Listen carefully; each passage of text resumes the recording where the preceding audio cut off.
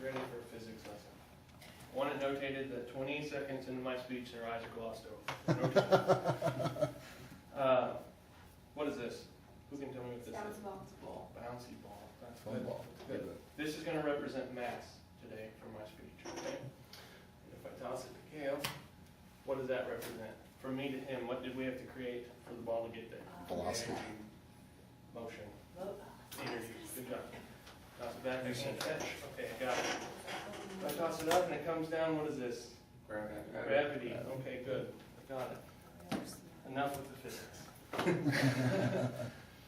Albert Einstein used these three particular things to do all his theories in his lifetime, up until his death in 1955 of a ruptured aneurysm in his aorta.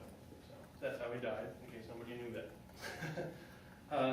I have been interested in Albert Einstein and his theories since the early part of my high school career. So is anybody else in here interested in astrophysics or physics itself?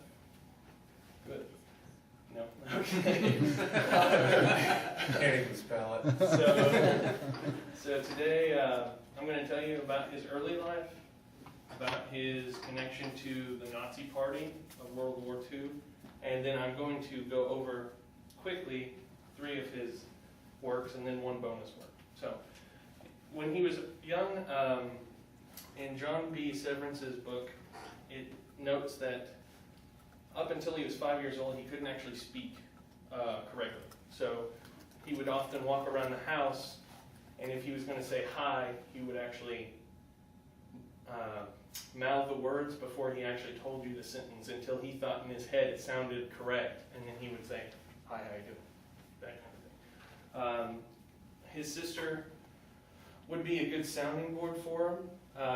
He also learned how to play the violin so that he could get away from his scientific work to use it as a distraction and anything else similar to us in gaming nowadays. A lot of people don't play musical instruments such as violin anymore.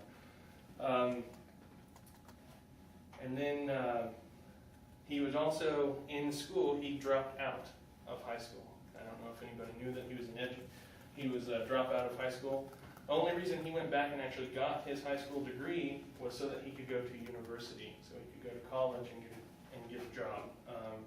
They made that a stipulation for him, even though he had already passed all the math classes that were offered at the school. He had to actually take the other classes. He felt it wasn't right that he had to study things that he didn't like, so that's why he dropped out originally. So,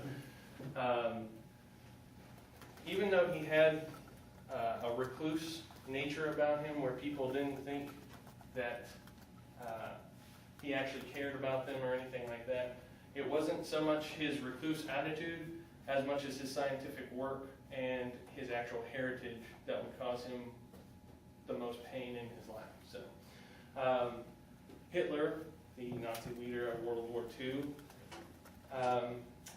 publicly bashed Einstein for his Jewish heritage. And also in the book burnings, which I'm sure everybody has seen, Indiana Jones and the Last Crusade, where they burn the books, so puts a face on it. Einstein's works were part of that, along as Helen Keller and a whole bunch of other inspirational people. Hitler actually had the Nazi police raid Einstein's house, and they destroyed his home there in Germany when Einstein was on a tour to America to gain funds. So he raided the house, destroyed the house. He also seized the bank accounts of Einstein. That was all because Hitler put it as Einstein is saving this fund to come against us in the war. Now, Einstein was naturally a pacifist, so he didn't believe in war. However, with all the things that Hitler did to get him kicked out of Europe, Einstein decided people should not be conscientious objectors during World War II, and he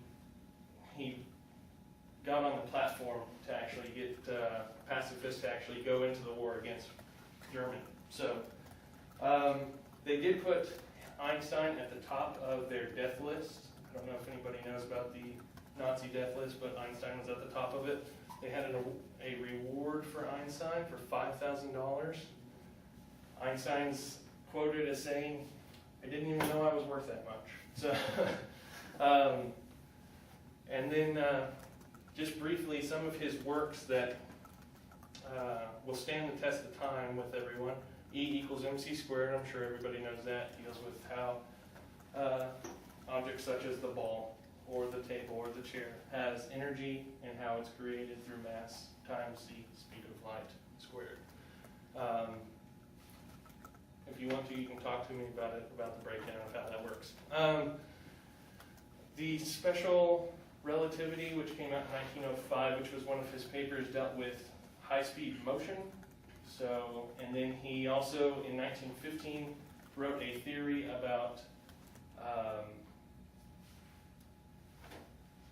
what is it called? General relativity, which basically dealt with gravity and its effect on objects. Also, little known fact, he had nothing to do with the atomic bomb, even though that's a fact that most people think he actually helped with the atomic bomb, had nothing to do with it. And he also helped to create the theory for the photoelectric cell, which was used in the distribution of TV. So he's the one that helped with that theory of photoelectric cell. And then that was his early life, his connection to the Nazi Party, and just a brief overview of his theories. Of course, we could spend hours on that. And his best quote, I think, ever would be when he told his son Hans, "Life is like riding a bicycle. To keep your balance, you must keep moving forward."